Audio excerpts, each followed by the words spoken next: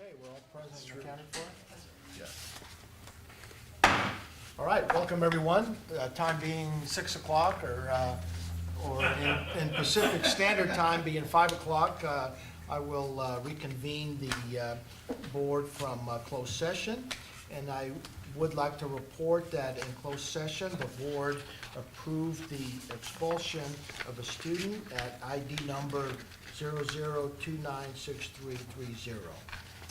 So with that, could I please ask you to stand, and we'll have Antonio lead us in the flag salute, if you would? Yes. Ready? Salute. I pledge allegiance to the flag of the United States of America and to the republic for which it stands, one nation, under God, indivisible, with liberty and justice for all. All right. Thank you, Antonio. You're going to be the only one up here. We're all going to be down there. Getting sworn in. So, public comment. Per Board Policy 2350, any person may address the board at this time, either on an agenda item or other matters of interest to the public that are within the subject matter jurisdiction of the board. A maximum of 5 minutes is allowed for each speaker, with a maximum time of 15 minutes per item unless otherwise extended by the board. So with that, do we have any comments today on items, comments concerning items that are on the agenda? None. If, are there comments concerning items that are not on the agenda? I have one. Mr. Lamar. I would just like to personally invite everybody this Friday to the opening of Picasso at the La Pina Gil, which is a comedy by Steve Martin. It's quite funny. It's about an hour and a half, and it takes place in a little French pub in 1904, and Einstein and Picasso end up with a surprise visitor in this pub having a conversation. It's quite fun, but we open this Friday. All right. And do you run the next weekend Yes. too? Okay, because we're going to be gone this weekend, but I'd love to come to it. So. Yeah, it's fun. All right, Steve, thank you for that reminder. It is very timely. All right. You mentioned Steve Martin. That's funny. All right, so we will move on to student trustee report. Antonio Yes. Gutierrez. Yeah, I'd like to first start off going over Seesaw, which was our statewide leadership conference we attended, or Student Senate attended in late October. We thought it was a really good bonding experience for the executive board.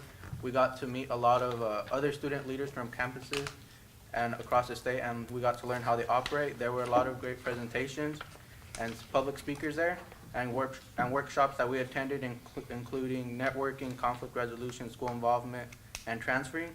And overall, I thought it was a really good experience for us to not only come together as a group, but to be able to learn from other schools and try to learn new things for them so that we could adapt it towards our student senate. And some of the things that we did over the course of the last month was that we hosted the Pep Rally. In our opinion, we thought it was really successful. There were clubs, band, cheer squad, football players, and even elementary school kids were there. We thought it was a great start for Giant Nation in terms of getting students to support our sports teams. We also hosted the Halloween Carnival last week. It was from 10 to 2, a total of 17 clubs were present. There was a Halloween contest, open mic, where people sang and read poetry. And at the end of this month, we have officially signed up for the Christmas parade, which will be joined by other clubs on campus, and including cheerleading and athletes. That's all. That's the end of my report. Very good. I saw a lot about the Pep Rally on social media, if you will. Yeah, we're really trying to get more students involved. Not that I frequent social media that much. All right, Antonio, thank you for that report. Next up, board member report, starting on my left with board member Zumwalt. Nope. No Nothing report. special going on? No report. No report? I just want to say that we just had a great reception for John in the other room. So thank you to who put that on, Megan and all your staff. That was very nice. And then the Hall of Fame, I think that was after our last board meeting, right? We all went to the Hall of Fame. Oh, yeah. So thank you. That was a nice event, and the baseball players were great. fun to listen to, so thank you for that nice event. They'd like to go on and on, don't they? Yeah. You were nervous, to say the least. Actually, what I enjoyed was you inducted 2 engineers. Yeah, so I attended, I'm sorry, Lori, are you? No, I'm done, yes. All right, so I'm glad you reminded me of that because I also attended the Hall of Fame. And much to my surprise, I didn't realize Alan Wickman was 2 years ahead of me in high school at Tulare Western.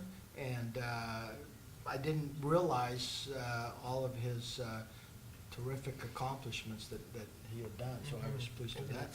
And then not only that, but also with respect to Tulare Western, Ted Hiltel, who was on that team, was the baseball coach at Tulare Western when I attended, so that was really cool. And All right. Jim Garrett was one of the coaches And over Jim there, too. Garrett was the coach at Tulare Union Yeah. for a long period of time, and I see Jim at a lot of football games. He still attends all the athletic events. All right, Mr. Foster, you're up with the foundation report. Thank you. I'll take just a brief minute to do a report. Thank you for mentioning the Hall of Fame. That was a great event. The funniest part of the long presentation that the baseball players, they were going to have one speaker. That was the negotiated one speaker, and somehow another speaker who got put up there. And what was funny, though, was all the other players standing on the side and standing, and they were having a hard time standing that long. And so they were starting to rib on him for all the length of time that he was taking. It was just hilarious. They were sitting, they in probably a would've very taken it for nerve-wracking all sort of way. It was hilarious. As the MC, it was very I think trying. Brett kept creeping up and creeping up. I see it there. Also, Antonio made a mention of the Giant Nation, and Brent Davis would never come in here on an unagendaed announcement to say what he's been doing, but I really want to commend our athletic director, Brent Davis, for his efforts to create or recreate a real robust student activities or student support for athletics, just sort of that student booster club kind of deal, and letting them name themselves, and they came up with Giant Nation, and in the hopes that there would be more of a student section at some of our sporting events and other things. And they've already been engaged to help with the Giant Pantry today. The Giant Pantry was getting a large donation, needs some help, and so they've posted out to Giant Nation, come help if you can, kind of thing. So Brent Davis is really doing some neat stuff beyond the scorecard. The Crush Party happened late September. We haven't met since then. I haven't been able to join you since then. But the event had increased attendance. We had increased food and beverage tables, and all around positive results from the Tulare Chamber of Commerce's perspective and ours. If you remember, we're a partnership in putting on that event. We took a different approach with that partnership this year for the first time, where it was run predominantly by the chamber, and we were there to support and provide the facility and receive a smaller cut of the net, and that all worked out great. For some of you that were there, you saw we got presented a check for $5,000. The big fake check. We still need the small one, but we got the big fake check. That was awesome, and it's again it's been a good partnership, and we have had a debrief about it and our goals for next year, and they're just modest increases from this last one, and so we're going to attempt to maintain that partnership again in the same fashion this coming 2019.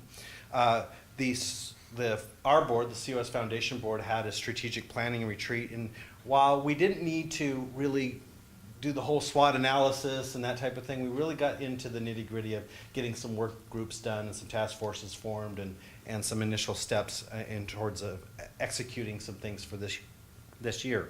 The 4 things that we landed on was evaluating the effectiveness of the COS Foundation events as a whole. And so we're going to have a few board members kind of weigh in on that and determine what we want to do with Tulare, with Hanford, with Visalia, with the proceeds of all of these events and that type of thing.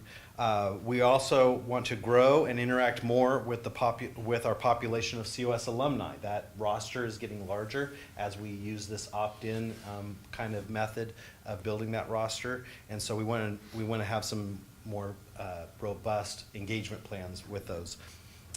We want to develop strategies to promote higher demand for COS students to transfer to the Fresno State Visalia campus. We got Fresno State to come to this area. We want to do, as a foundation, anything we can to encourage our COS students to transfer across the street or wherever Fresno State lands as a location. Right now they're across the street, so what can we do to incent or to help build a clearer path from the COS to Fresno State Center? And then we're also going to evaluate and refine our foundation project funding. You know, that's an annual request for proposal. We want to kind of look at the whole thing, but our primary focus is we have a certain list of projects that we've been funding year in and year out, and there doesn't appear to be a method for eliminating COS Foundation funding for it to perpetuate. And so we just as a foundation need to understand, are we okay with a project that doesn't have an ongoing sustainability plan, that doesn't involve foundation funds, or not? And how are we going to, if not, then how are we going to transition out of that? So that's what that's going to be a full year of working on. And so we have some enthusiastic volunteers helping work on that. I just want to announce that we did get we got an anonymous donation again for $50,000. It's the largest single gift that we receive from an individual each year, and we've been receiving it for the last 3 years. Wow. This was our 4th, actually. And that helps generate 7 $4,000 nursing scholarships, 4 $4,000 physical therapy assistant scholarships, and 6 $1,000 medical scholarships. Wow. Out of one wonderful couple. So that is a restricted donate. It is specifically for funding these scholarships, Right. yes. Very nice. So we're really happy about that. So that means we're funded for the 2019-2020 awards now. And then I have one upcoming event date, and that's the Power of the Purse. That was the envelope that was in front of each of you. I know, Lori, you're already planning on being there. I think Nola's already has plans to be there as well, but that's our next event. It is at a different location this year, as we were discussing prior to the meeting, that our usual location, which is the Visalia Country Club, is under construction right now. Their dining area is under construction, so we are having it in Tulare. It's at the TDES Hall in Tulare. It happens to be right across from our new space that we are using for our HVAC and other CTE programs. And so we're excited about trying something new, and we'll see what happens. That's all I have. I think Nola's at your Nancy table too. Oh, she is? Oh. All right, next up is Dr. Lacerna with the Accreditation Report. Yes, I yes. thought we're all- Greg Turner, I it's thought a we're way all of life. finished, that we don't have to think about it for Was it you? 4 more. No, we can bask Who in the said glory it? for a Dave while. Hurst? Oh, it's Dave Hurst. I apologize. It It doesn't sounded end. like it came from Greg. It was Mr. Hurst. I apologize. It was the other half of the peanut gallery. Yeah. Okay, so the accreditation, I'm just giving you an update on the next steps. And I shared this last time, but as you know, that this is just preliminary results that they provided to us. So we've done the first step, which President Calvin has received the draft confidential team report, and he's responded to that. So the first one is complete, and we'll be expecting the final confidential report from the ACCJC any day now, and Superintendent President Calvin will have an opportunity to respond to that as well.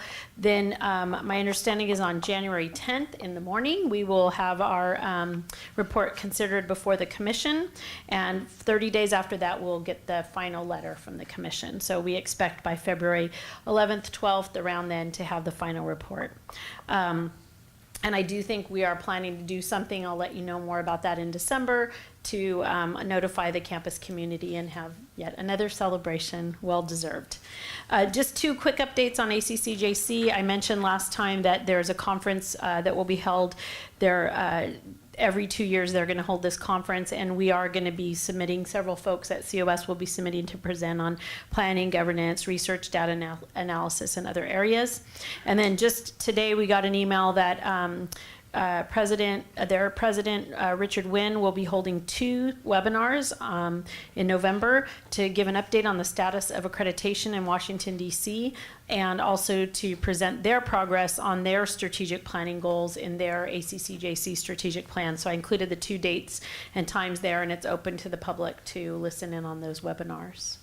So that is where we are now. Any questions? Questions? Comments? None? Very good. Thank you. Thank you, Dr. Simmons. All right, next up is the superintendent's report. Thank you, Mr. President. A couple of dates to share. Jennifer just touched on one. February 11th is we're tentatively holding that date as a date to celebrate the news from the ACCJC. That would be in the afternoon, probably 2 or 3 in the afternoon. Just a little forum and celebration afterwards. So if you want to put that on your calendars for February 11th. And then 3 weeks before that, January 17th and 18th, that's a Thursday, Friday, will be our board retreat, half-day Thursday from 12 to 4. Give me those dates again. January 17th and 18th. Megan, will you send the invites? Yes. Okay. 12 to 4 on Thursday the 17th, 8:30 to 3 or 4. Are we in Tulare or Visalia? To be determined. We'll haven't quite settled that yet, so still working on that. Just wanted you to have the dates. Okay. Well, Or now that John's retiring, we could go back to Three Rivers. I noticed that John wasn't writing down these dates. He wasn't writing down these He dates. hated the motel up there, so that's why we quit going up there. Want to congratulate and thank Eric Armstrong and Matt Beret, as well as Joseph Teller and the Faculty Enrichment Committee for a fabulous informational session on AB 705 that was presented on October 19th. Had close to 100 faculty in attendance, and they did a wonderful job. Also want to thank and congratulate our vice presidents and our provost for first of all, the Hanford bus tour that was held 3 Thursdays ago, I guess now. We had 4 charter buses, picked students up at their high schools in Hanford, and went directly to our Tulare Center, spent an hour on that campus, came to the Visalia campus, spent an hour here, and then spent an hour back on the Hanford Center campus. This year, we added a bus and specifically tried to attract some of the Hanford Joint Union High School District ag students, trying to tie them in with our Tulare Center and talk to them about kind of what their week would look like if they were taking some of their general ed classes in Hanford, ag classes in Tulare, just part of one of our district priorities that we're working on.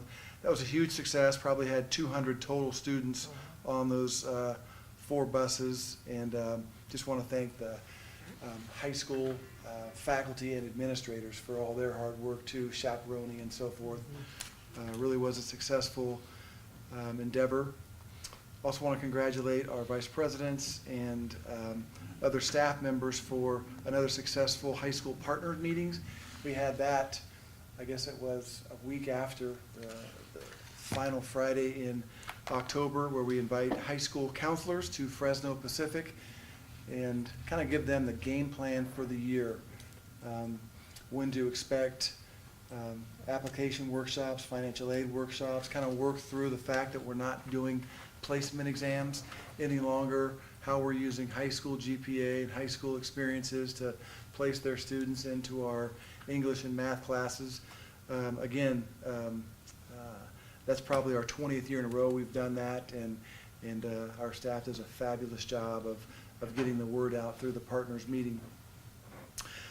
2 Fridays ago, Megan and I took our President Scholars down to the LA Basin.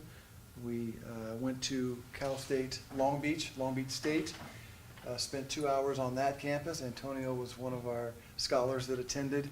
And then on the way back, we stopped at UCLA for a couple of hours. Got fabulous tours. We had several staff members that attended Long Beach State. They gave the tours of Long Beach. And then you'll remember Karina from our convocation video, one of our former President Scholars. She's at UCLA now, and she couldn't have been better as a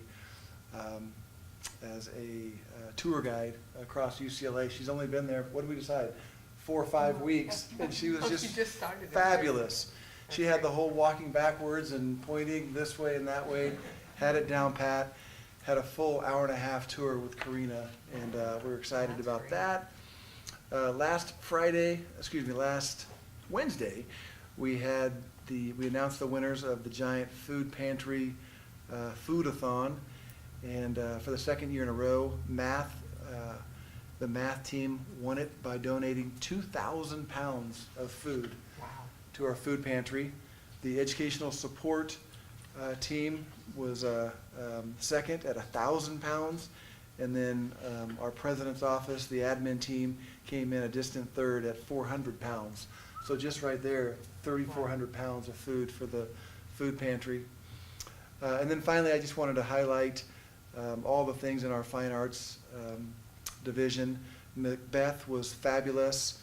Wanted to remind you that from November 9th through the 18th, Picasso at the Pin Agile.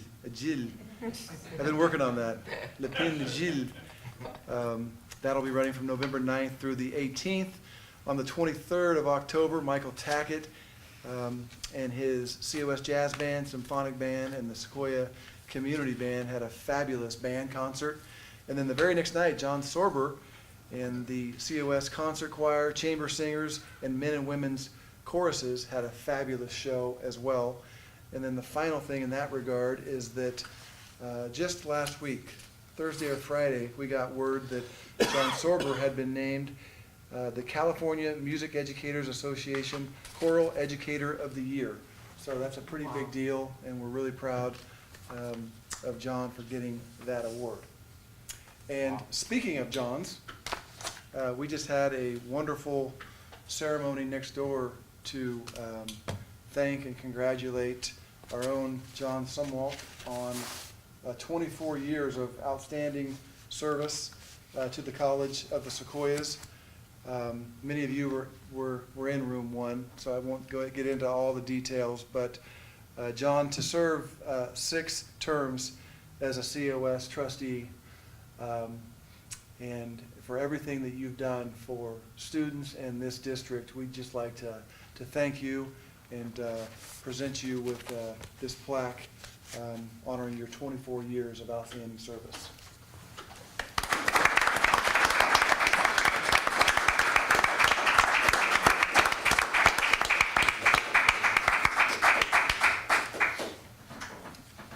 Thank you, Brett, and once again, congratulations to Board Member Zumwalt, and for sure, you will be missed in that spot, for sure. Thank you.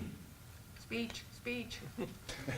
Well, I don't see a single soul out there I didn't see earlier, so I won't go fill that. But there was one group that in my remarks I left out, and that was the board. I'd like to say it was on purpose, but they were behind me and I didn't see them. We love your honesty, John. Always have. But it all works out, you know. First of all, I've been very sincere in what I said, that this college is a unique spot. And to quote Earl again, we're all on the same page, and it takes work to stay there. Now, as long as the people that are here are still here, I have no doubt that nothing will change, but people transition. And the board has a responsibility to make sure that we still stay on the same page. You can't do it by being proactive, but you can do it by holding people accountable. And the guy in the back row makes yardsticks, called Data. And, this board's always done a good job of holding yardstick up against people's claims of successful programs and stuff. Keep doing that.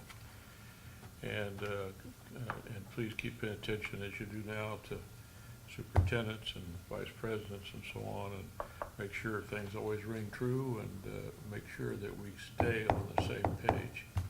And the faculty will recognize that, and the public will recognize it, and you'll recognize it when you all get it right. So I'm not telling you anything you don't plan on doing anyway, but when you're having fun and things are going real well, sometimes you don't pay attention too much to yardsticks because you know everything's fine. Well, things don't stay that way. Hold the yardsticks up. Anyway, thank you very much. I won't say it's been fun. It's been very rewarding to try and make a difference. And thank you.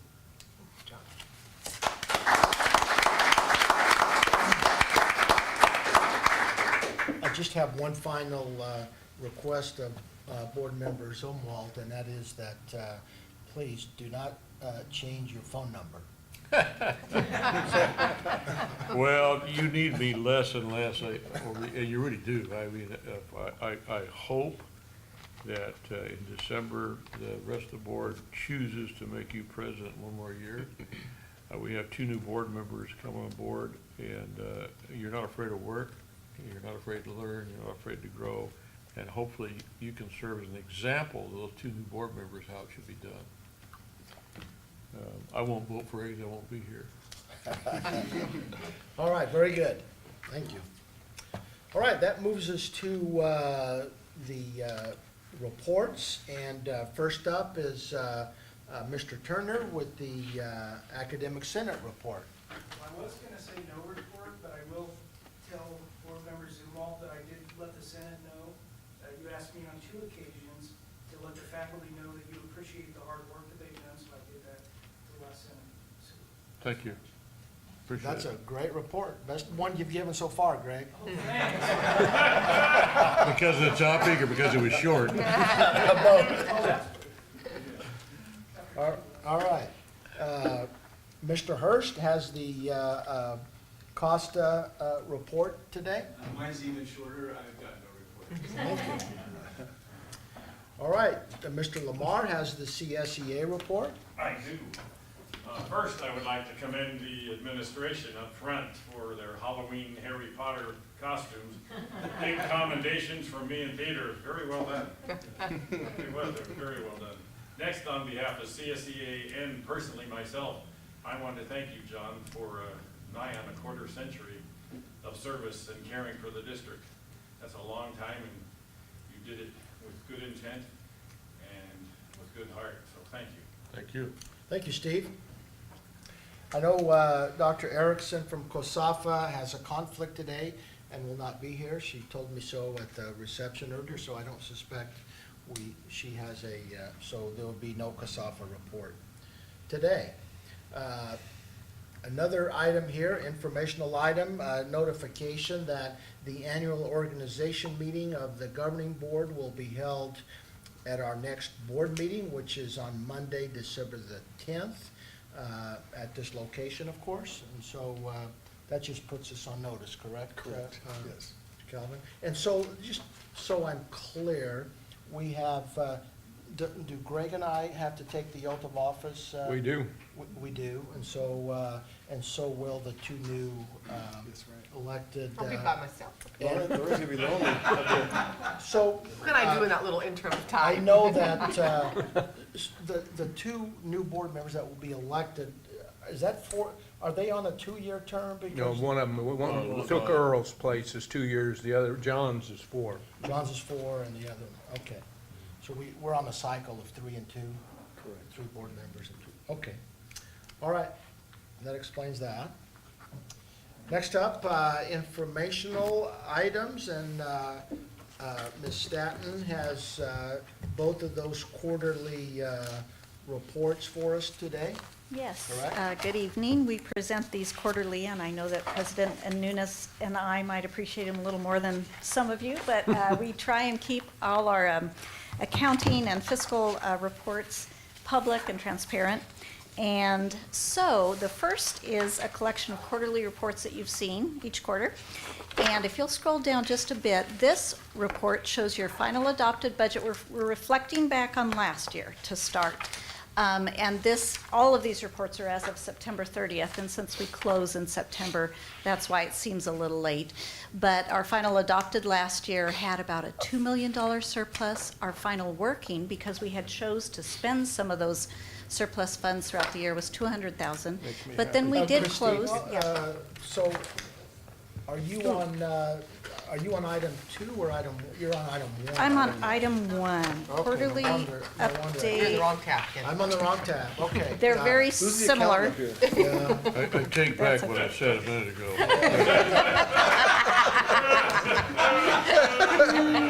You can't leave too soon.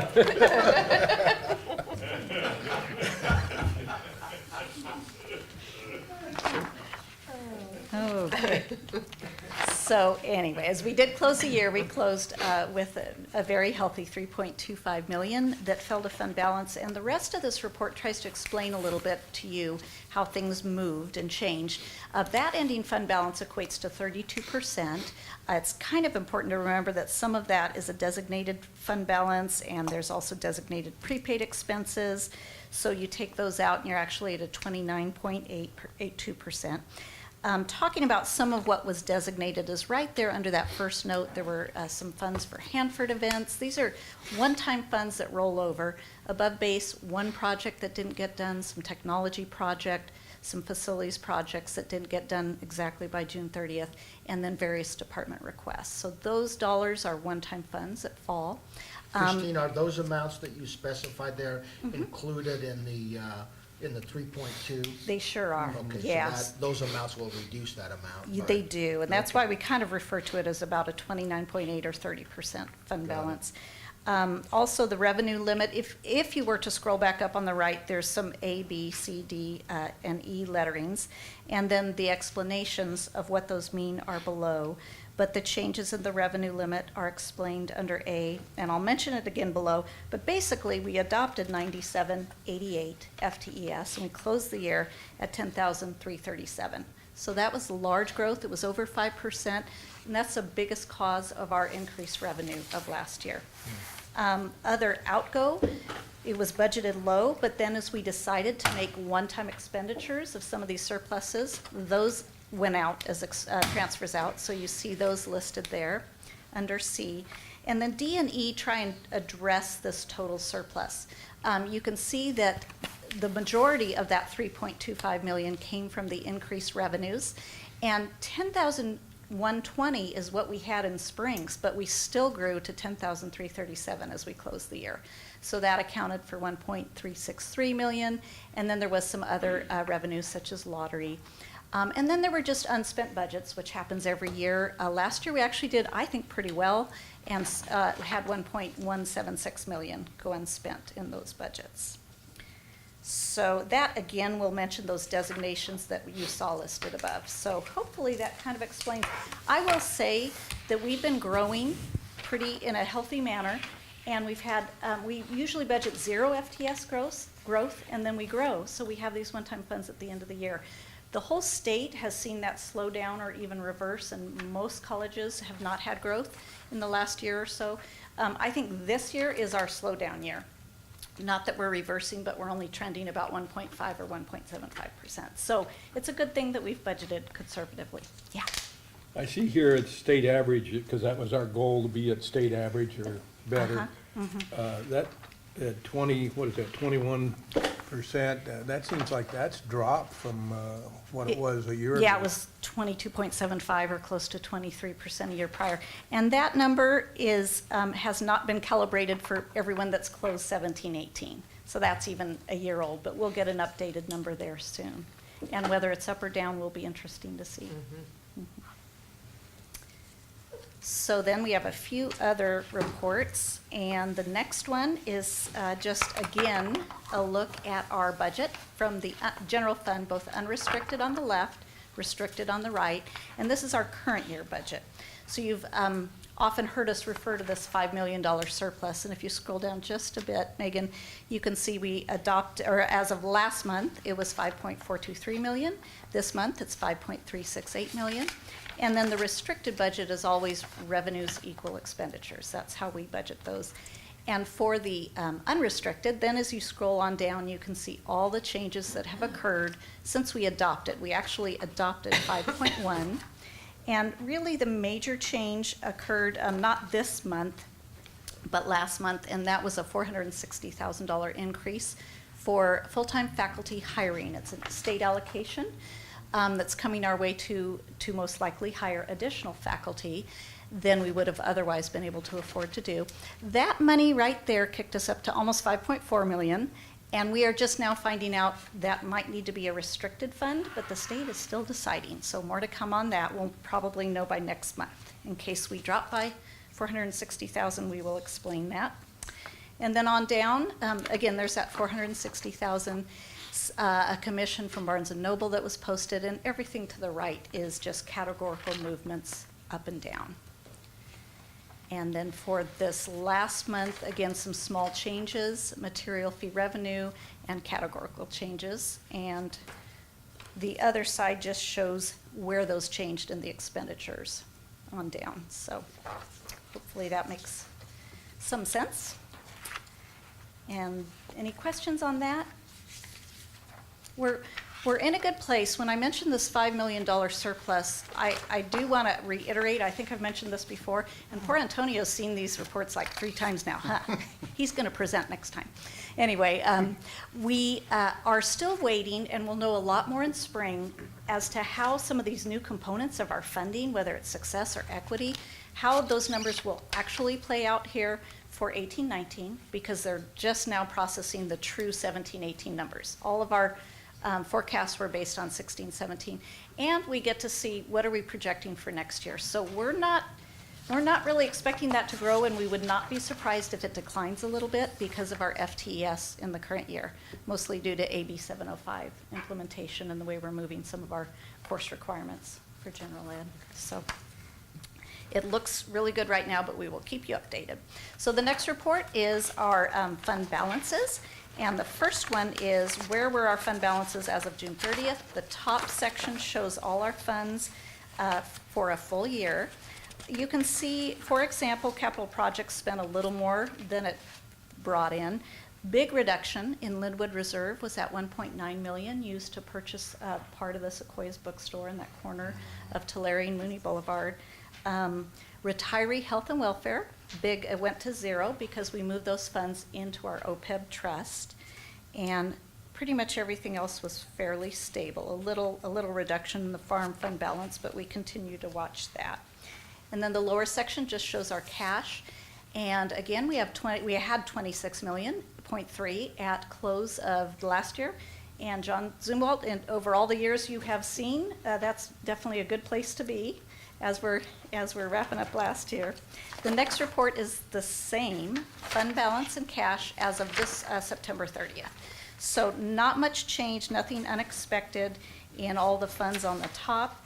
I will say under Linwood Reserve, it might be a good time to interject. We did close the sale of the Mooney Boulevard parking lot across the street just last week, about a week ago. And so that will go up by $1.123 million was our net proceeds from that. So that's going to be exciting. Is he still allowing students to park there? I actually have not had a conversation with him. We took our signs down, and I assume he is. Has anyone glanced over there to see? He's still allowing. Yeah. What was the total proceeds, 1.2? You know, 1.123, the sales price was 1.125, and there was a couple thousand in closing costs. Okay. So, yeah.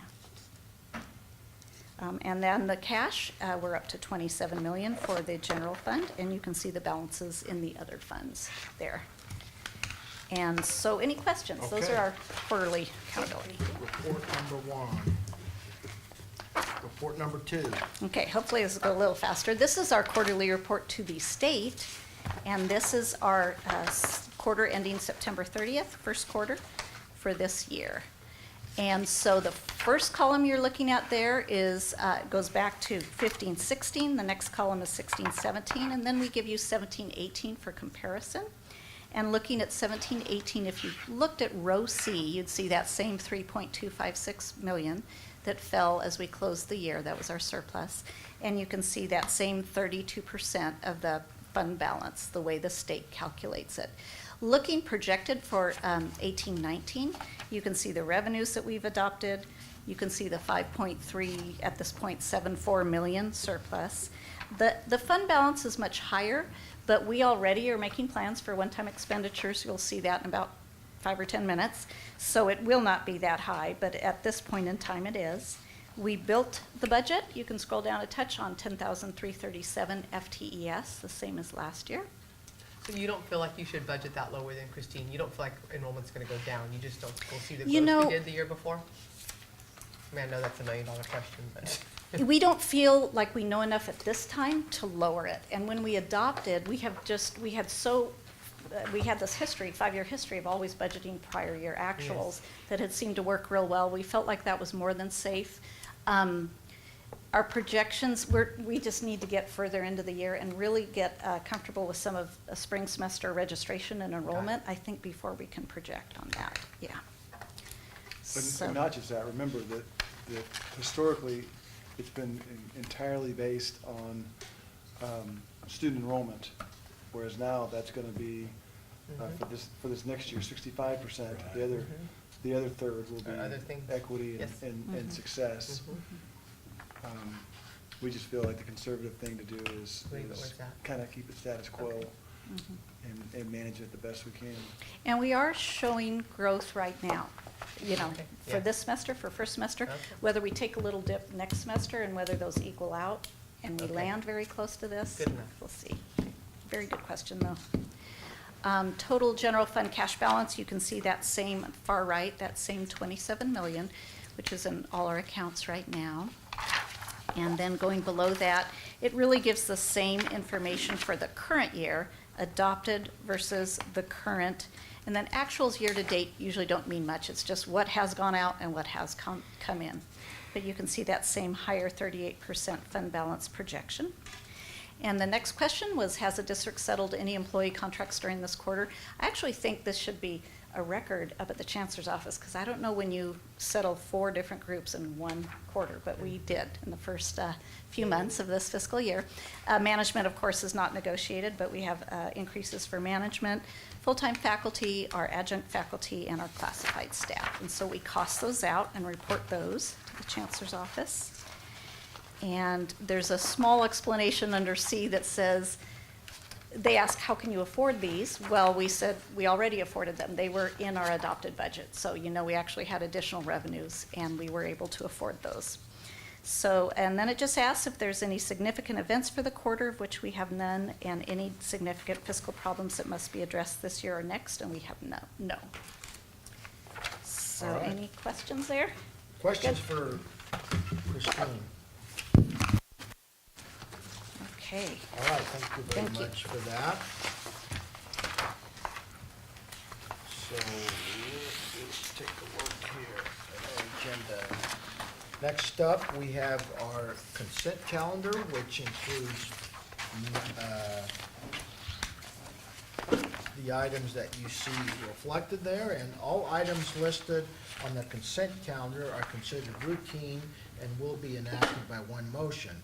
An item may be removed from the consent calendar at the request of any member of the Board of Trustees or any person in the audience and considered as a separate agenda item.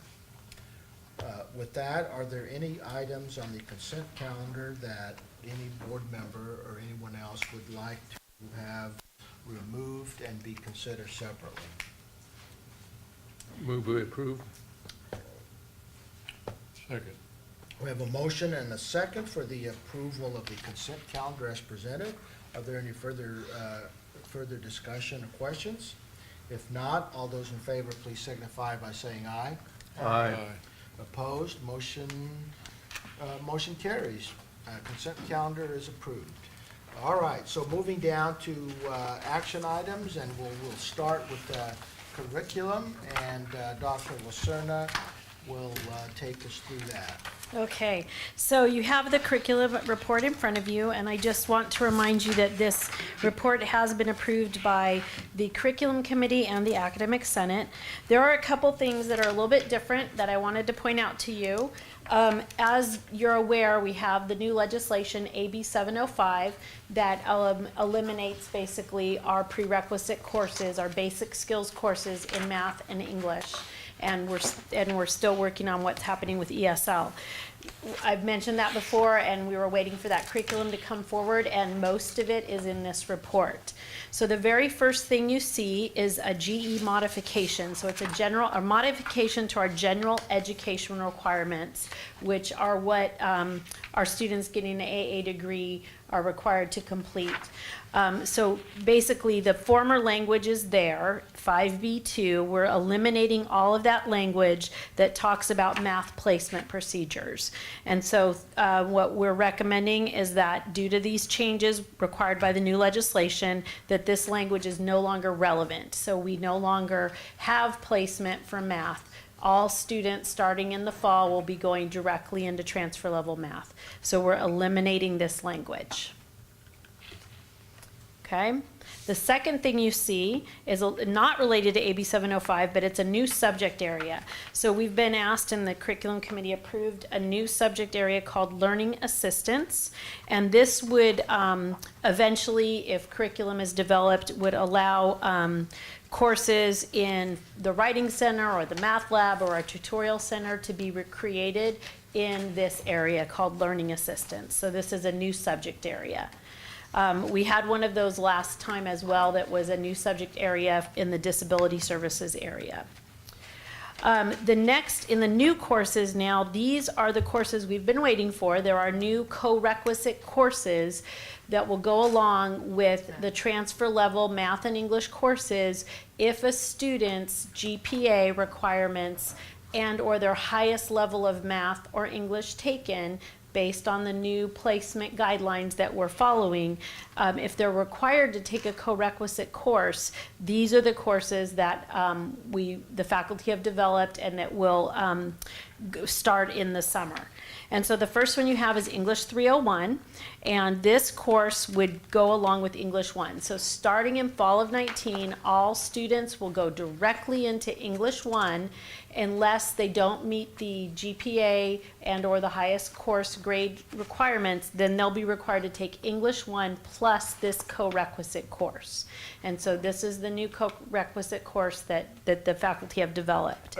They're taking them at the same time. if Same I time, understood you. yep, but we're expecting, and we're just starting to get some of that data, but we're expecting the majority of students will go directly into English 1 without the core-requisite course. I was gonna say, how do you ramp up for that, not knowing what the need's gonna be, but I guess you could, That- what are you basing that on? That's The a- previous placement tested? Well, that's a work in progress right now, so we've been Okay. working in we have an enrollment management group. Brent's on there, Dr. Robinson, Jessica Figallo, Dr. Ozturk, Christine. We all serve on that committee, and we have invited the math faculty and the math division chair, the English division chair to join us, and we've been looking at data, we've been looking at placement information from the past, and then right now, Lee McDonald in our technology services, as soon as students are taking placement tests, he's giving us data. And so we are looking at and adjusting how we're gonna be offering courses. So it's really kind of a lot of information and trying to assess how that's gonna look. And how many units are these classes? This one, English 301 is 2 units. Okay. So our English 1 course is 4 units. This co-requisite course will be 2 units. Okay, so they'll get 6 units of English. then. Right, and currently, remember, some of the students that would be going into this class currently would be taking a 6-unit English 360. Yes. And then a 4-unit English 251 or 261, and then a 4-unit English 1. So now they will go directly into the 4-unit English 1 or a 4-unit But you English 1 still with a have the units to 2-unit get to co-rec their- course. Okay. Got it. Yeah, Antonio. You said that these support courses are assigned based off their GPA or the highest level English or math class they took in high school. Correct. Can students voluntarily add the class if they feel like they would like the support? Yes, they can. So there's going to be an override process for whether they want to challenge that they should have to take the course or if they want to add the course. And so they would work with a counselor in their counseling appointment. They would talk to a counselor about that, and then they would be able to either request the co-rec course or to to challenge having to take the co-rec course. Does that answer it, Antonio? Okay. Other questions? Okay, so that's the first one. The second one is Math 310. This will be the course that goes along with Math 10. So again, in math, all of our students are going to go directly into transfer level math. Some of them will be required to take a co-requisite course. For the non-science, technology, engineering, math students, they will go into Math 10, which is this Math 10 you see there. That is the math for liberal studies, those that are going to become teachers. And so this first course, going with Math 10, is a 1-unit co-requisite. So if they're going into Math 10, which is the liberal studies one for teachers, they would take if their GPA and their course grade isn't what it needs to be for the direct, then they would take a 1-unit. This is a 1-unit course, Math 310. Okay, on the next page we have Math 321. So the majority of our students are going to be going into statistics, which is Math 21. That is also a 4-unit course. And remember now, currently some of them are having to go to Math 360, which is 6 units, a Math 200 and 235, which are 4 units each, before they get to Math 21. Now they will go directly into Math 21, and depending on their GPA and their course grade, their highest course grade in high school, they would have this co-requisite of Math 321. So this is a 2-unit course that will go with Math 21. Is the goal to have the same teacher teach? Yes, and there's lots of different models out there in different colleges, different areas, but the one that our faculty have adopted both in math and English is that the same teacher teach both courses. Yeah, that makes sense, otherwise it seems like, especially math. Is the 300 series transferable or not? They're non-transferable. So, and the faculty, we all discussed, we designed that specifically because that way it doesn't impact necessarily their financial aid. And they also, those courses are going to be ABC or no pass. So it won't impact their GPA. If they get, if they got a D or an F, if they didn't fail, the no pass doesn't impact their GPA. Okay. The next one, Math 330, is a similar model, and this is for our science, technology, engineering, math students. It's a 2-unit course that will go with Math 230, which is intermediate algebra. We will still offer, this is one of our below transfer level courses. We will still offer that course, but students cannot be required to place into that course because it is below transfer level. We feel that many students will still opt to take this course because they've been out of school for a while, or they just don't feel like they're ready to get directly into those science, technology, engineering, math courses, so they may opt for this course. And the last one is Math 35, and it goes along with a new course that the faculty have developed that's college algebra. It's a transfer level Math 35. Math 335 is also a 2-unit course, and it would be the same idea. It will be connected to Math 35. And this is one of the pathways that our science, technology, and engineering math students will take. I know that was a lot. You guys all right so far? Keep going? Okay, so the next set of the rest of the page is course modification. So these are 5-year review courses in equitation, child development. On the next page, these are also just the regular 5-year review that we normally get for dance, drama, and English 251. And this one also for the English 251, we will still offer some sections of that. And we have also changed the grade mode to ABC, no pass, to help so that it doesn't impact students' GPA as well. On the next page, same idea with English 261, the grade mode changed. And then these are all 2 or 5-year reviews for fashion, geology, our Math 200, and our Math 230. Again, we've changed all of those to ABC and no pass. On the next page, these are 5-year reviews for nutrition, paralegal, PE classes. And then we have a number of course deletions at the bottom of page 5 for courses that we're no longer offering. Stained glass and children's literature.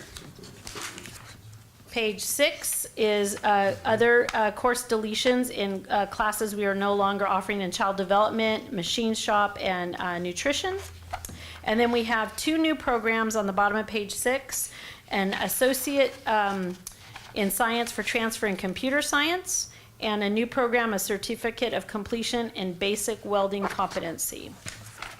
And on the last page, these are program modification. They're 5-year reviews and 2-year reviews for our programs. They're just the regular reviews for the art degree, art history, liberal arts, business, and a certificate of achievement in accounting. Oh, there's one more, sorry. One on the very last page is a deletion for our certificate of achievement in machining and manufacturing, and we have not been able to offer that program for a while due to low enrollment. So there is the report, and again, that has been approved by the Curriculum Committee and the Academic Senate, and I am also in agreement with the report and recommend that you all approve this. Okay. So moved. Second. We have a motion and a second for the approval of the curriculum report. Is there any further discussion? I just have one more, and you can keep it short and quick, but the no pass, I mean, I know it's for their GPA. How do teachers in general feel good about that, changing so many courses to ABC no pass? I mean, the divisions, both the math and the English faculty divisions, you have 2 English faculty here that can probably chime in, but that they've all agreed to that and they feel that it's a good way to go for the students. So I don't know if you guys want to add anything to it. The changes to like 251 we had to do now because students who are not, or taking them now could be stuck with a D or an F and never be able to replace them because we're going to get rid of 251. Oh, that's right, so they can't retake that That class. was a Right. workaround. Right, so Okay. that's the reason we changed those two. Okay, that makes sense, thank you, that clarifies. Because it seems to me is just the consequence is it does hurt your GPA, are you taking that away? You know, if they can get a no pass, then they're just gonna, you know, if the consequence isn't there, do you tend to think kids will slack off more, students will slack off more knowing it's not gonna affect their GPA? I don't know. I don't think so. I think that. Knowing that reason though, that makes sense, because you're right, then they don't have a chance to redo it if they had a tough time or. Yeah, this is a That's workaround. good. We really struggled with what to do Yeah. with this transition from non-AB 705 to Mhm. AB 705 environment and what to do with those classes that are now not going to be required, but what happens. No good stuff with well, that what grade. happens, yeah, exactly. They just get a no pass, at least it doesn't affect their And they GPA. wouldn't have had the ability, we wouldn't have been offering those classes in order to replace them, like. No, it'd stay permanently. Yeah. It would hurt their It's really transfer. Yeah. a bad deal for students, so. Got it, understood. Okay. All right, so with that, we have a motion and a second, I believe. All those in favor, please signify approval by saying aye. Aye. Opposed, motion carries. Thank you. All right, we'll move on to board policies. This is the second read for these 4 board policies. Mr. Calvin. Thank you, Mr. Nunez. I have the pleasure of presenting these 4 board policies for a second time. 6330, purchasing; 6550, disposal of property; 6740, Citizens Oversight Committee; and 6910, housing. Happy to entertain any questions you might have. Questions? Comments? Were any of them controversial? Moving through the process? No, They look like just additions of some small yeah, items. purchasing was changed to reflect what we currently do. There were some questions on that, specifically in Academic Senate. We were able to show what surrounding districts do, and I think we're even more conservative than they are in our approach there. And then, just last month, in a first read of 6910, housing, there were some questions as to why this was needed and why it's required. I'm not sure that I got to the bottom of that. I did just confirm that it is required, and a quick Google search showed that the first 10 districts that came up on the search had something very, very similar to this. I'll make a motion, we waive the second reading and approve, policy, 6330, 6550, 6740, 6910. Second. We do have a motion and a second for the approval of the, to suspend with the reading and approval of the 4 board policies as designated. All those in favor, please signify by saying aye. Aye. Opposed? Motion carries. They are approved. First read, board policies 6500 and 6620. Thank you, Ken. You're seeing these for the first time. BP 6500 is property management, and 6620 is naming of district buildings, facilities, or grounds. You'll see in the attachment that neither of these BPs was changed. It was done on our cyclical review process, and essentially just the dates were updated that we have reviewed them. Yeah, I don't care, but when these come up for second reading, there'll be 2 board members that didn't see them on the first reading. Do you care? Because there's no changes, I'm okay with it. If there were big changes, I would, but they're staying the same. Okay. Yeah. I agree with you though, John. All right. If Good they were point. changes, I'd be worried. All right.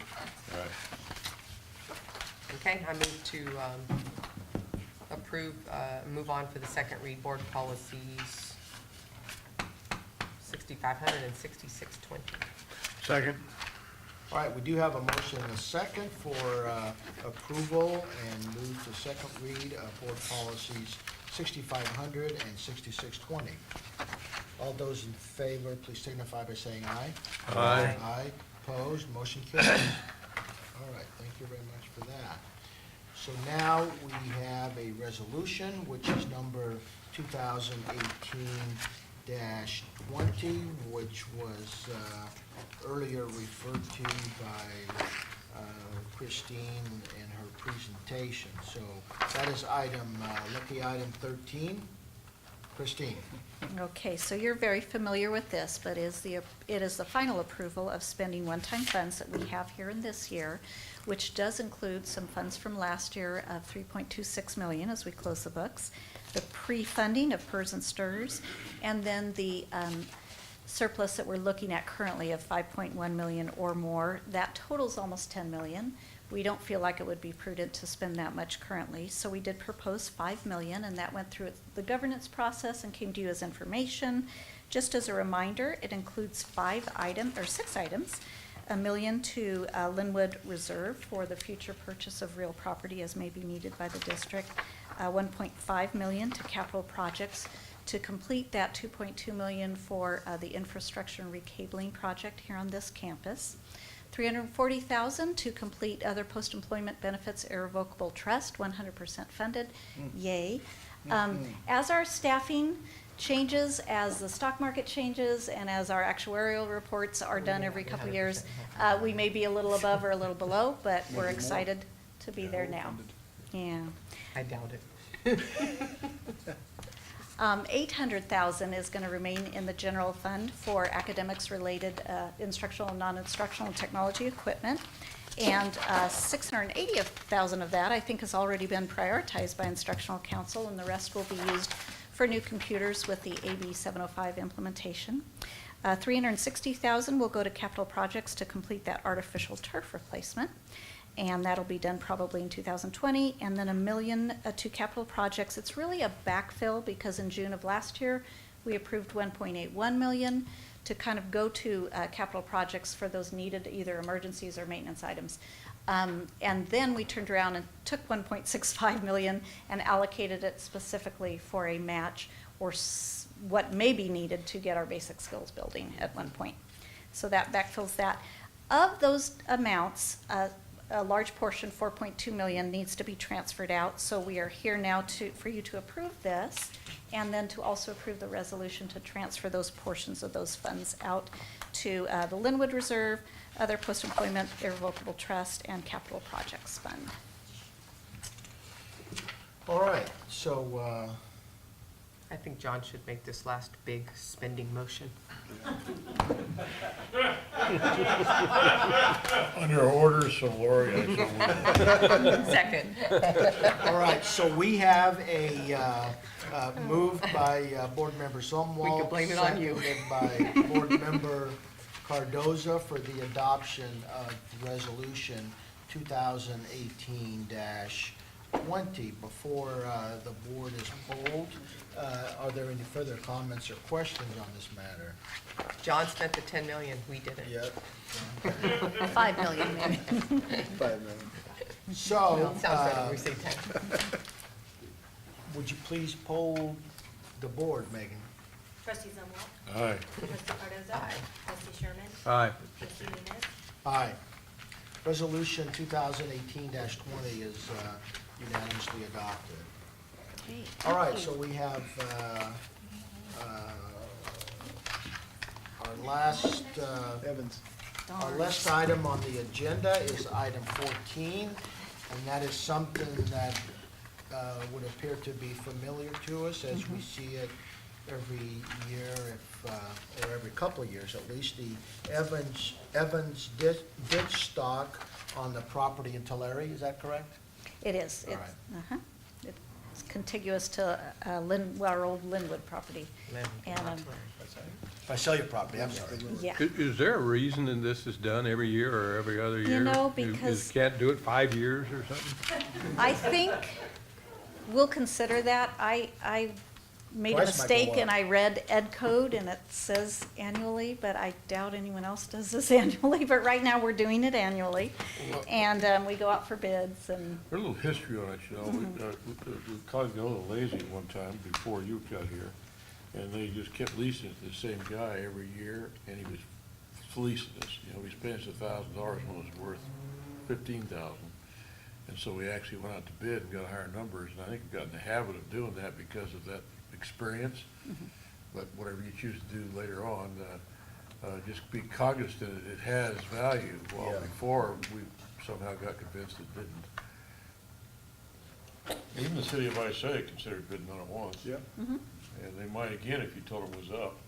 we'll do that. Well, that's what this is, right? This is to bring it up for bid. This, well, yes. This particular water right's different than a lot of them. You know, some water rights are only give you any water if it's a real banner year.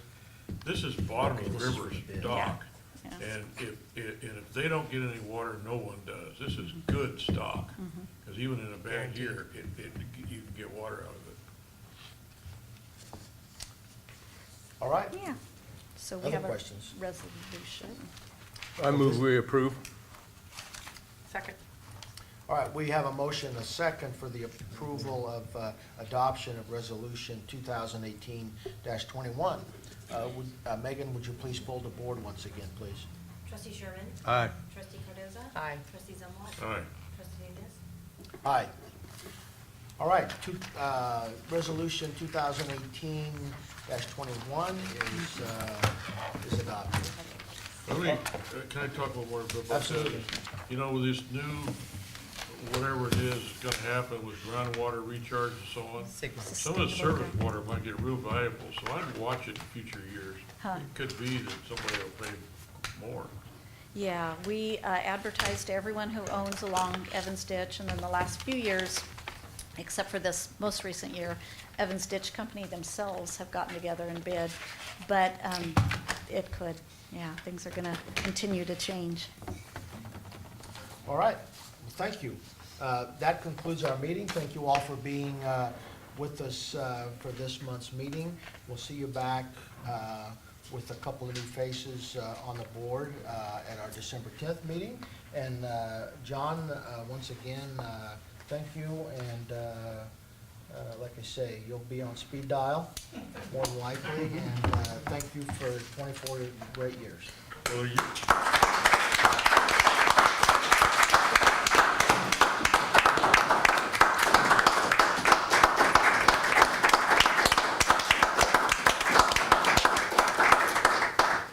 Make sure he gets his picture too, you know. Somebody earlier asked me, I remember the question was at the end, about how much fun this has been. I have to tell you, the first 12 years weren't. The last 12 years have been, mainly because it's surrounded by such good people, including our buddy in the room and quite a few others. When you work with people that care and put students first, can't help it, have a little bit of fun. John? Adjourn. Boy, you're loud with that.